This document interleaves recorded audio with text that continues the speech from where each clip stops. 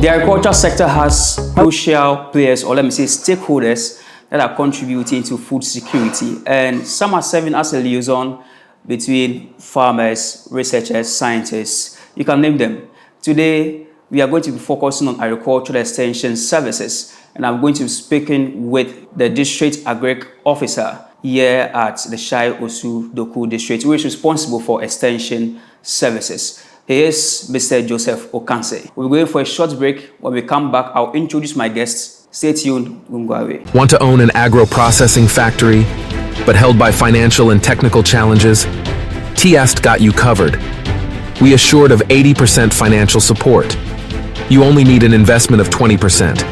Aside that, you get technical support, ranging from machine design, manufacturing to installation, with a guaranteed offtake support. Own a factory today. TIAST Group, more value for agriculture. Welcome back from the short break, and today we are going to be talking about agricultural extension. And I must say that our show today is being sponsored by TIAST Group, an agricultural industrialization company committed to promoting and adding value to agriculture. So TIAST is providing 80% for agribusiness investors who want to own factories. So if you're a farmer, investor, and entrepreneur and you want to own a factory, kindly call the number beneath the screen +233 475 888. So let's move straight into the show. Today we have our guest for today, Mr. Joseph Okanse, and he is the District Agric Officer for Extension at the Shai-Osudoku District. He also doubles as a Field Officer. Thanks for having us, sir. Thank you. Yeah, so thank you very much. Thank you. So agricultural extension, we know it to be one of the crucial and major aspects when we talk about agriculture. So to you, what is the role and mandate of agricultural extension here at the Shai-Osudoku District? Well, our basic mandate is to ensure food security. Okay. That is the basic thing that we do, ensure food security. And as an agric extension agent, yours is to work with farmers, providing technical backstopping. Yeah, then sometimes we do trainings and then demonstrations on the field. Okay, so when we talk about the technical backstopping, can you explain to the layman? Talking about technical backstopping means what we do is that when new technologies come in, we disseminate it to farmers. We give technical advice. We give technical advice. Okay. In terms of training, sometimes we do demonstration, field demonstration, adaptive trials. Okay. So when new technologies are in the system, that's what we do. Okay. That's providing technical backstopping. We do field visits and then farm visits to home visits. Yeah. All right. So how has it been so far in terms of your collaboration with scientists, the government to initiate these policies? Because you are acting as a liaison, or let me say a communication officer with the farmers. How has the journey been so far? Yeah, in terms of science, for farming, we have so many challenges. Okay. So normally every year, we have a meeting that we do with farmers from various sectors like crops, livestock farmers, processors, aggregators. We bring them together and then we have a discussion with them. We know their problems and then we see whether we can be able to, we liaise with the researchers. Okay. So that anything that involves research takes it over and then comes out with a solution. Then we disseminate to farmers. Okay.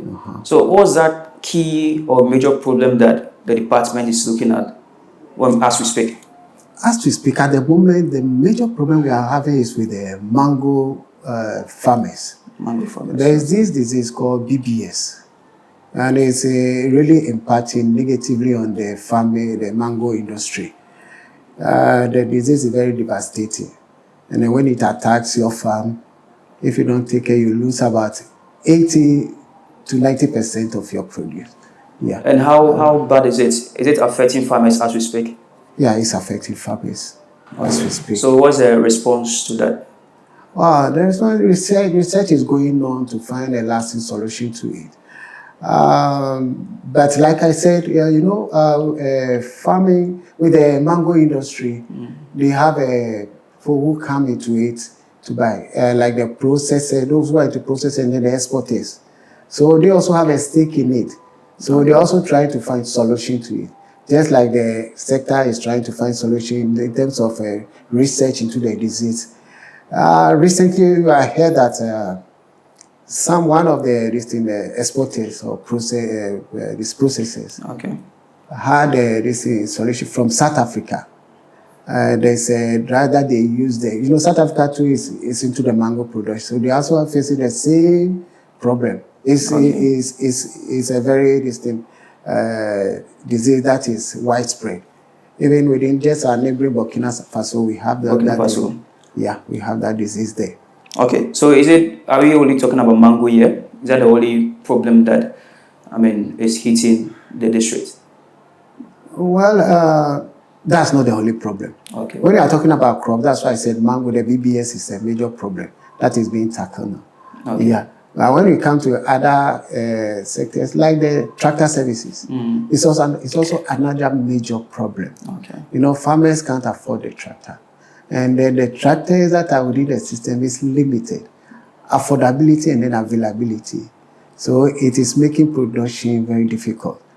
When I say that, I mean sometimes the farmer might be ready with the land, looking for a tractor. And then the season, when the season passes, he's not able to meet the target. Sometimes they are not able to do what they are expected to do. So that's one of the major problems. Then how the ministry is trying to solve this problem, there are tractors in the system. Okay. But it's it has been subsidized. Okay. But even then, the price is quite high for the average farmer too. So should we look forward for more subsidization? If it comes, well, as an agric officer, I would say it's possible. Let the policymakers devise a means for doing that. Yeah. So what of giving the tractors out? Is there any means where the tractors are being given out and the farmers would have to pay? Or there is a repayment schedule, and the farmers would have to pay for the tractor within a duration. At the moment, I can't say that there's something like that. Okay. But what is there is that they pay outright. Okay. Outright. Okay. And then when you pay, you pass this thing, what do you call it? How do I put it? You write to the district here. Okay. And then we forward it to the region. Okay. And then it goes to the regional minister. And then when it's approved, go to the mechanization sector. That's where they supply.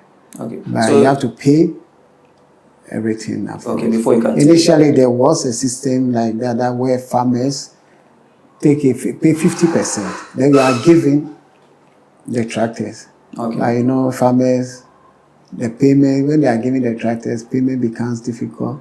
They are not true to the policy they sign. The policy they sign. Okay. Yeah.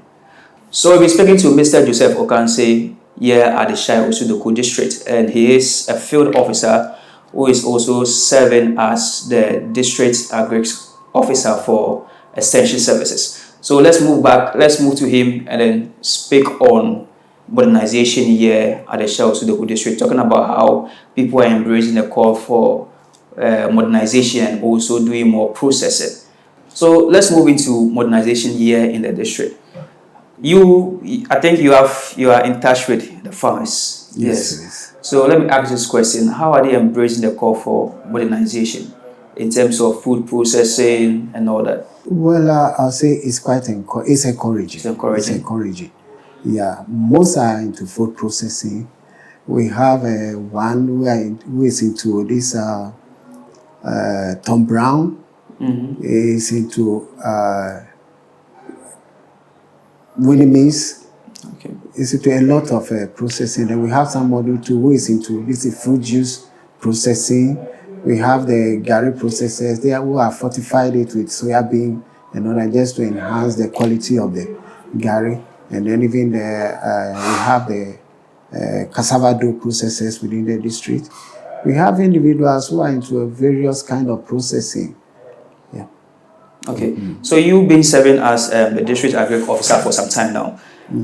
Looking at the field here, you've been a field officer as well. what are some of the major improvements Agric Extension has brought to the farming system? Okay, I would say one of the major improvements is in terms of seed. Seed that we improve, hybrid seeds, improved seeds that we give to farmers.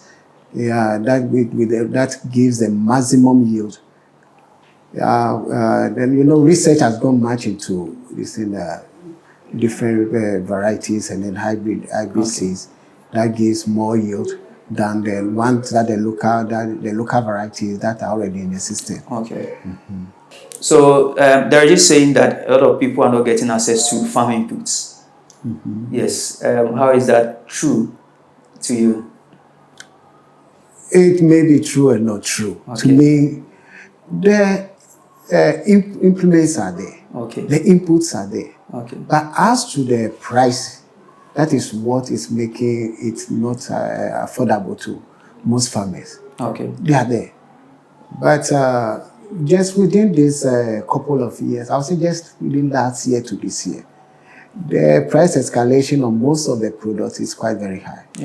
So it's making farming difficult. So if nothing is done about it, I don't see the way farmers are going to manage this year.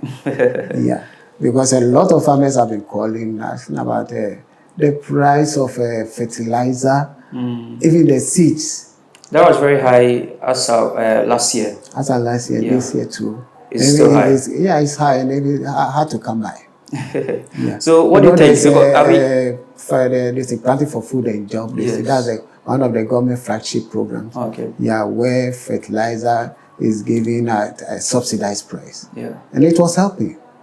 But now it's not even there to get. Don't you think we have to move into domestic fertilizer production? That will help. That will help instead of importing these fertilizers. So from you, what should we look out? What's the way forward for the Shai-Osudoku District for agricultural extension? Well, for agricultural extension in the Shai-Osudoku District, we are having a challenge with a land problem. So majority of the farmers are not into farming anymore. So what we are doing now is to encourage home gardening, sack gardening, which is also helping a lot because the land is not there. The land is a major problem. Home gardening. Most of the lands have been taken over by estate developers. Government doesn't hold most of the land. So individuals it's being held by the traditional authorities, individual families. So they are able to do whatever they want with it.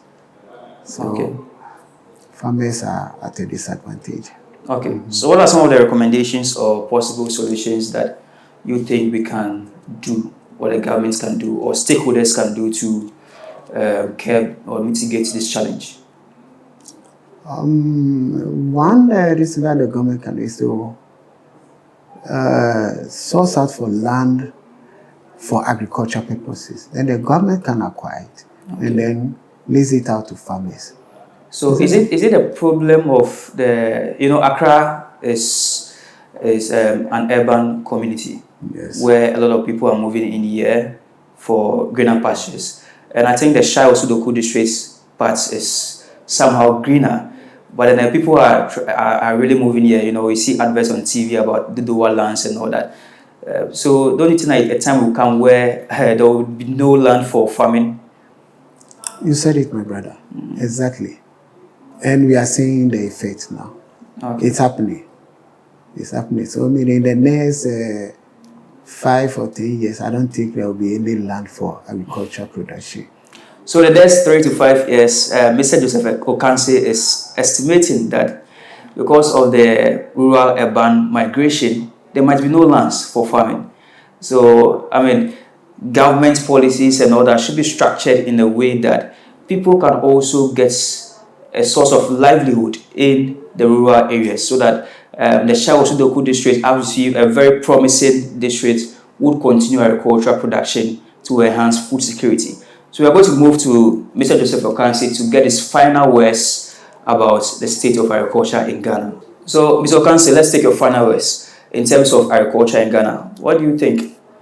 What is the state of agriculture, per your opinion, in Ghana? Per my opinion in Ghana, I'll say it's not that encouraging because land is a major factor in agricultural production. And if the land is lost, then what next? So to me, I don't even know what to say. Okay. When I see land being destroyed, sometimes on the tell you see about this Ghana, say arable lands, productive land are being destroyed here and there. It's very heart-rending. So if the government doesn't do anything, nothing about it, then I don't see a good future for Ghana in terms of agriculture. Okay. Yeah, the government have good policies like planting for food and job, planting for export and rural development, where tree crops are given to farmers, like mango, coconut, etc. Yeah. So if the land is not there, when you move through I don't know whether you move through this to Somania. Yes. Going down to that stretch, there is a lot of mango plantation. Yeah. Now, just take a stroll to that place. There you see a lot of the land, the mango farms are being cut down.